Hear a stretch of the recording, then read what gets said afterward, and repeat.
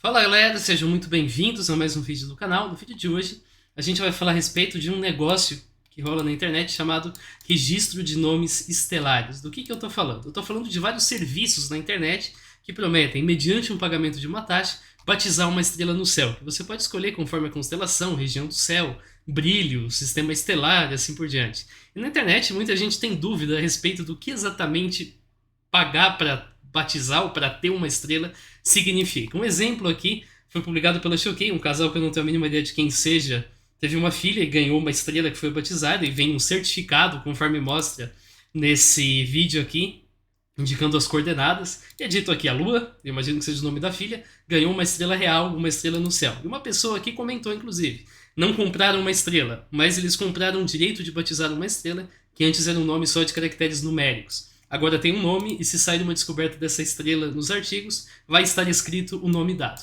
Então no vídeo de hoje a gente vai entender exatamente o que esses negócios prometem e a gente vai esclarecer o que esses negócios realmente entregam na vida real.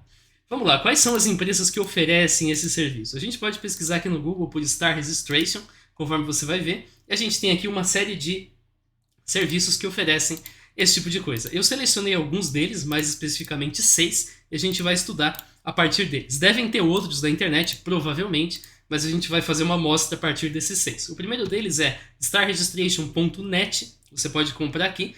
Pelo jeito que tá a capa e o certificado e tudo mais, eu imagino que aquele tweet tenha sido comprado nesse serviço aqui. A gente tem um outro que é o starregistration.com, que também oferece o mesmo tipo de serviço. A gente tem o starregister.eu, que também oferece a mesma coisa. Você pode comprar escolhendo a constelação. Isso, inclusive, é mais caro.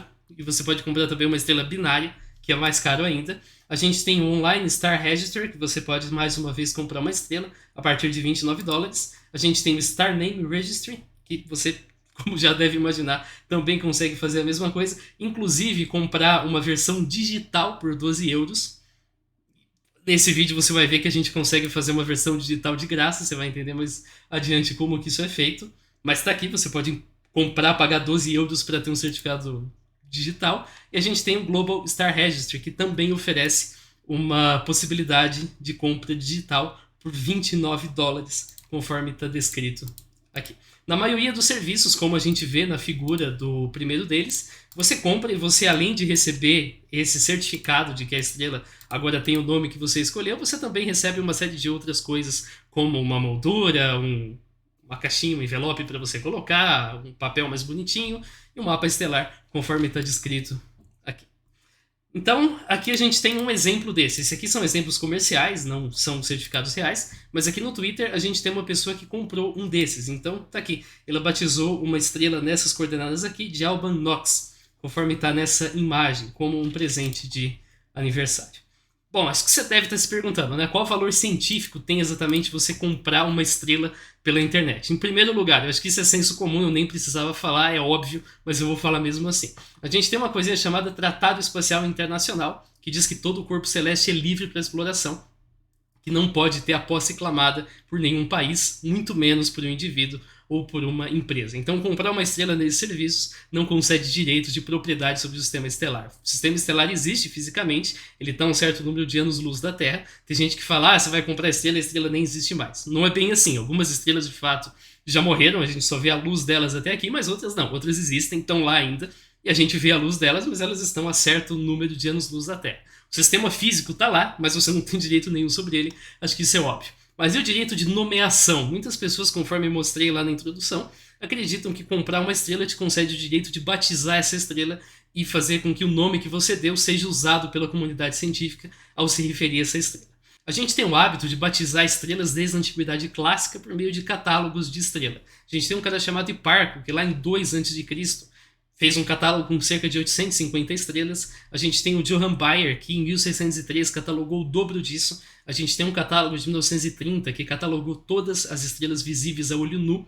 E a gente tem o Guide Star Catalog de 2008, que catalogou 950 milhões de estrelas com magnitude até 21. Que diabos é magnitude? Magnitude é uma medida do quão visível essa estrela é aqui da Terra, do quanto ela brilha no céu noturno. Você pode aplicar também para a Lua, para o Sol, para planetas e assim por diante. Claro que, no caso do Sol, magnitude diz respeito ao céu diurno, justamente por causa disso. E quanto maior a magnitude, menos esse corpo celeste brilha. Quanto menor a magnitude, mais esse corpo celeste brilha. A comunidade científica concordou que quem tem a prerrogativa de estabelecer nomes bonitos para as estrelas, nomes mesmo, é a União Astronômica Internacional.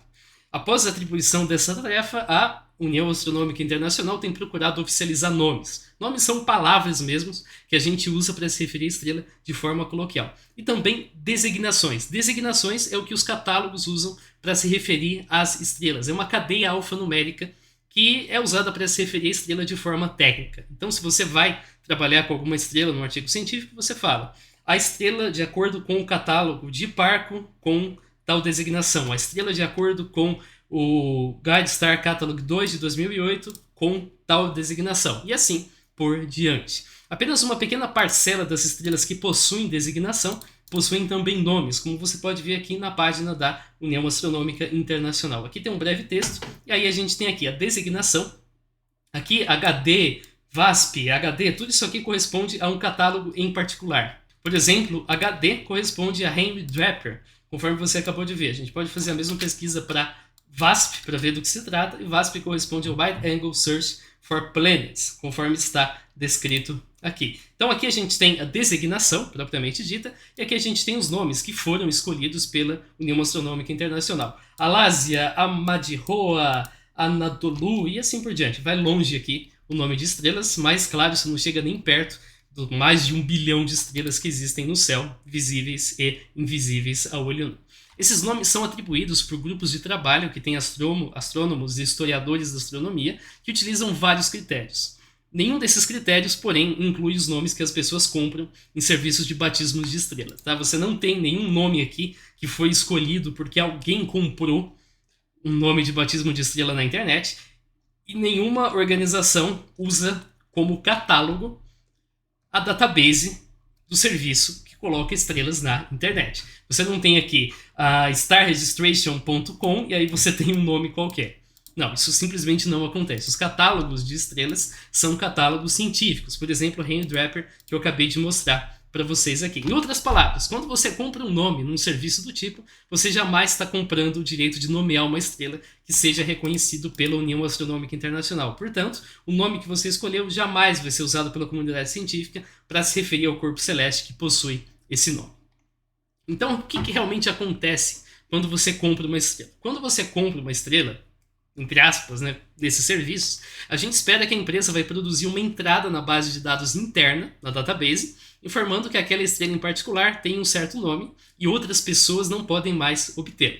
Fazer com que essa base de dados seja pública é uma forma de garantir que a mesma empresa não vende a mesma estrela para mais de uma pessoa. Opcionalmente, você também pode, nessa base de dados, incluir um visualizador, que permite que o público veja a estrela que escolheu num mapa estelar. Eu pesquisei no Google para checar quais desses registros aqui possuem bases de dados públicas. A Star Registration possui, conforme está aqui. Então aqui você pode navegar todas as páginas e você pode ver os nomes que as pessoas deram. Tem uma estrela chamada Jane, tem uma estrela chamada Billie Jean, Mary Mann, Briley Elise, Connor Craig e assim por diante. Tem alguns nomes totalmente aleatórios aqui. É meio difícil de achar nomes bizarros, porque geralmente a galera não compra isso aqui para isso, mas tem alguns nomes que são piadas. Tem uma estrela chamada My Bad, que eu achei em algum momento aqui e eu já perdi, mas tá aqui. Sandy igual a M mais B, por exemplo, é um nome que uma pessoa deu na constelação específica. Fazendo um paralelo com o que eu acabei de falar, mas eu vou repetir porque é interessante, isso aqui age como um catálogo de estrelas. Você tem coordenada, tem constelação e você tem nome. Mas a União Astronômica Internacional nunca vai colocar os nomes que estão aqui nem na coluna da esquerda, que são nomes mesmo, e nem na coluna da direita, que são designações. Isso jamais vai acontecer. Voltando ao tema da sessão, a gente tem a starregistration.com. Essa não possui base de dados pública, conforme está descrito aqui. Porém, ela possui uma ferramenta chamada Starfinder, que permite você encontrar a estrela num tipo de mapa estelar que é colocado aqui. Então aqui a gente tem as estrelas e, se você tiver alguma sorte procurando, você eventualmente vai achar alguma estrela que foi batizada pelos clientes da starregistration.com, e outras você vai ter simplesmente o nome no catálogo de Henry Draper, por exemplo, que está indicado aqui. O starregistration.net, eu esqueci de falar na hora, também possui um visualizador. Então você também consegue visualizar as estrelas. A Star Register possui uma base de dados pública também, que é essa aqui, que também possui um visualizador. Você pode clicar aqui para ver no Starfinder e você vai ser redirecionado para a opção de visualizar a estrela, conforme está aqui. Então está aqui, essa aqui chama-se Lindsay Nail, porém ela sequer lista aqui o nome da estrela real, simplesmente coloca o nome que foi atribuído pelo usuário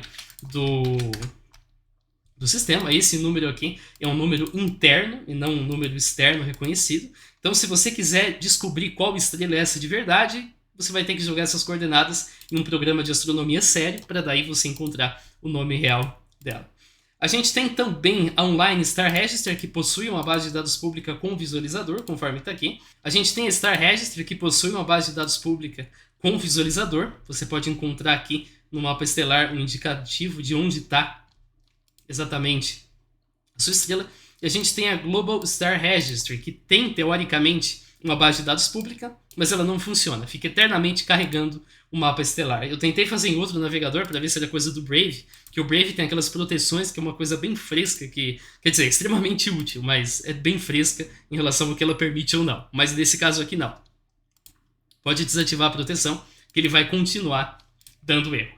Então, dessa forma, as empresas geralmente garantem mesmo que a mesma estrela não é vendida para duas pessoas diferentes dentro da mesma empresa. Mas entre empresas diferentes, será que duas pessoas diferentes conseguem comprar a mesma estrela em empresas diferentes? A gente pode checar isso pegando aqui as entradas. Então vamos, por exemplo, pegar a entrada do Star Name Register, esse aqui. Vamos pegar a estrela chamada Mon Amispol e aí a gente vai pesquisar o Mon Amispol na database de outra empresa. E a gente verifica se aparece ou não. Eu já fiz isso aqui para vocês, não vou fazer todas as 1, 2, 3, 4, 5, 6, 36 combinações, 36 tirando as 6 triviais claramente aqui.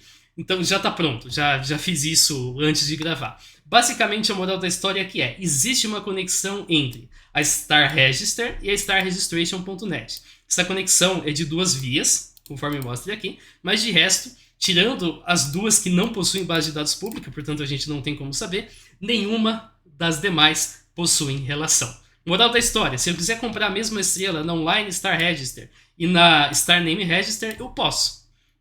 Então, ok, comprei essa estrela aqui para minha filha, ela tem essa coordenada, ela é única. Não exatamente. Outra pessoa em outra empresa pode comprar a mesma estrela e ter um certificado tão bonitinho quanto o seu, que vale a mesma coisa. Em outras palavras, nada. O certificado não serve para nada.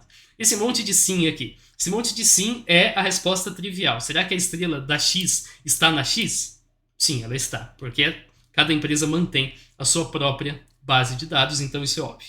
Tirando isso, a única que tem relação são essas duas. E mesmo que essa tabela tivesse cheia de sim, isso não significa nada. Que eu posso abrir um sétimo serviço e propositalmente não associar a base de dados dos demais. Mas nem é o caso. Tem um monte de não nessa tabela, muito mais do que sim.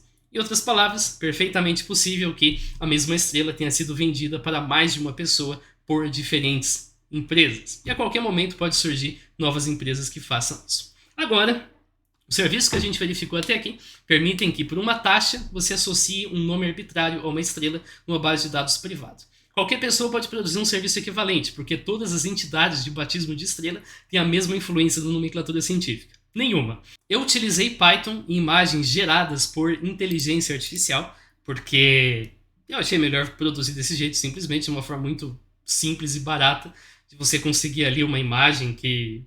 Ok, se você vai fazer uma coisa séria, é interessante que você contrate um artista e faça uma comissão. Se você está fazendo algo simplesmente por fazer como que eu estou fazendo aqui, eu só quero ilustrar o conceito, tá? Com uma imagem de IA e bola para frente. E eu fiz um projeto de geração de nomes de estrelas. Está aqui no GitHub, você pode acessar o código-fonte por aqui e você pode baixar uma versão por aqui, clicando nesse release aqui, para você fazer o download do gerador de certificados estelares. Está aqui o código. Isso aqui eu levei mais ou menos um dia para fazer, não um dia ininterrupto, mas acho que umas 8 horas trabalhando no projeto. Ao todo deu 270 linhas de código e ela tem uma interface gráfica. Isso que é mais legal. Então, como que o nosso serviço funciona? A gente fez com Python e o nosso serviço tem uma pequena diferença além de ser gratuito. Não tem base de dados global. Então, pessoas diferentes podem emitir certificados de uma mesma estrela. Você deve estar pensando, bela porcaria, porque as demais empresas também têm esse mesmo tipo de coisa. Posso usar o seu código para implementar um serviço na internet? Pode, desde que você continue deixando o registro gratuito e desde que os nomes sejam públicos. Tem uma base de dados pública. Por quê? Porque eu quero ver o que vai acontecer. Eu acho que com esse serviço as pessoas, depois de algumas taças de vinho, vão estar registrando estrela até para o reserva do Sub-15 do Palmeiras, porque afinal de contas é de graça. Então eu quero ver isso acontecer, por isso eu coloquei essa restrição.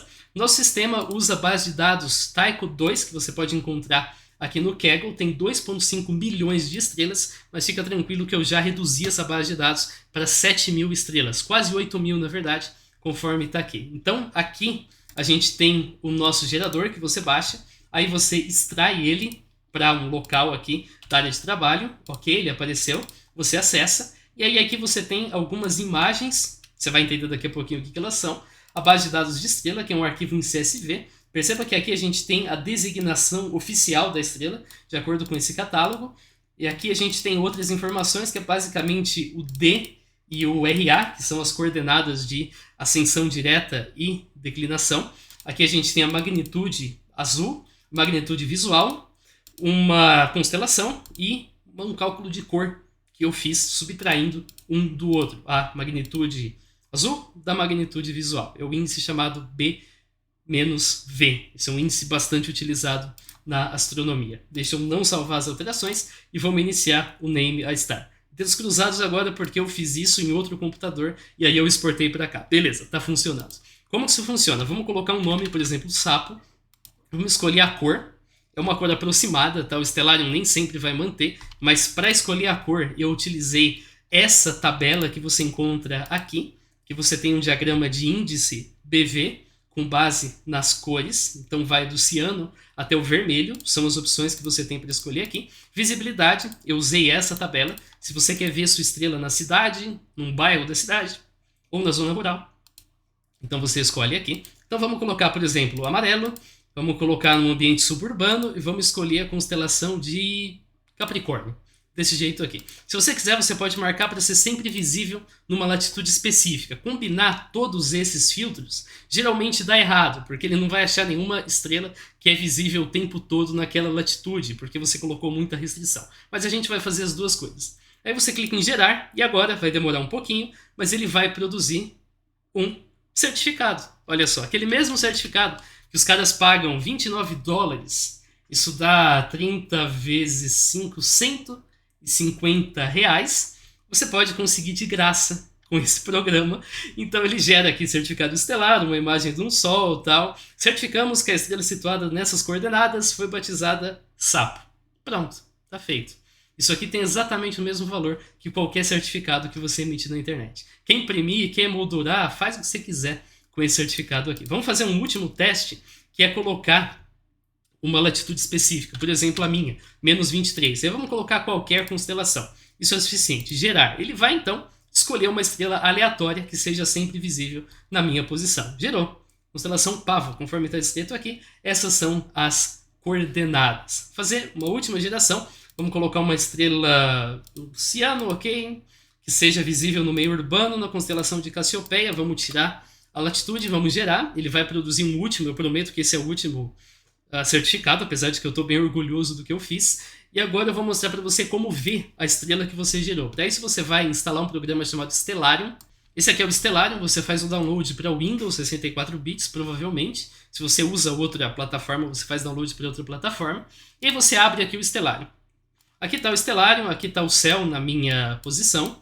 Aí você aperta F12 e aí você vai dar Ctrl V. É mágica? Não, não é mágica. Eu coloquei um código no meu programa, que ele imediatamente cola essas coordenadas aqui na área de transferência. Aí você joga para cá, ele vai deixar um código bonitinho que vai pular para a constelação em particular. Opa, está embaixo da Terra. É, porque eu não especifiquei latitude, então ele não garante que a constelação seja visível. Nesse caso, eu vou simplesmente tirar a opção de ver a Terra, e aí eu vou tirar a atmosfera. Isso também é importante. Aí agora eu simplesmente vou dando zoom, sem parar, e pronto, eu vou achar a minha estrela. Está aqui, na constelação de Cassiopeia. É essa estrela aqui que foi escolhida pelo programa e que agora eu batizei de Sapo, conforme vocês viram. A estrela O Cassiopeia agora se chama Sapo.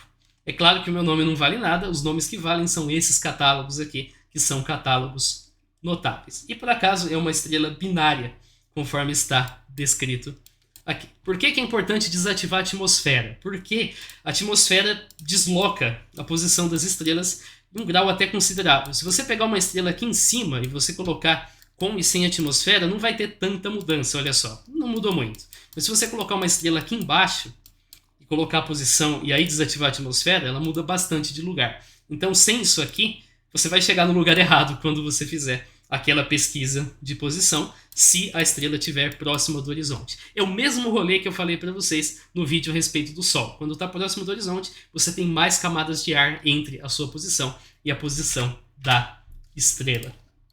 Assim, então, a gente agora pode concluir que o registro de nomes estelares é uma prática oferecida por várias empresas da internet, mas resume a produção de um certificado que não tem qualquer lastro no mundo real e que pode vir acompanhado de outros brindes que, ok, tem uns brindes bonitinhos, mas eu acho que não vale você gastar tudo isso. Gastar tudo isso num pingente da constelação, você compra um desse na Change que deve custar nem R$5. Esse certificado apenas indica que, numa base de dados privada, aquela estrela foi batizada, mas não garante direito de nomeação oficial, nem direito de posse e nem singularidade do registro, porque outras pessoas podem registrar em outras empresas. Dessa forma, independente do quanto você tenha pago para registrar uma estrela, cientistas e o governo vão continuar a se referir a ele, a estrela, por diversos catálogos científicos publicados ou pelo nome definido pela IAU. Valeu para você que assistiu esse vídeo. Dê uma olhada no programa, eu confesso que foi divertido fazer isso aqui. Eu estava um pouco enferrujado na interface gráfica do Python, então foi um projeto interessante para retomar esse tipo de técnica de produção de interface gráfica, mexer um pouquinho no Photoshop para fazer o certificado, enfim, foi um negócio divertido. E a gente se vê. Falou!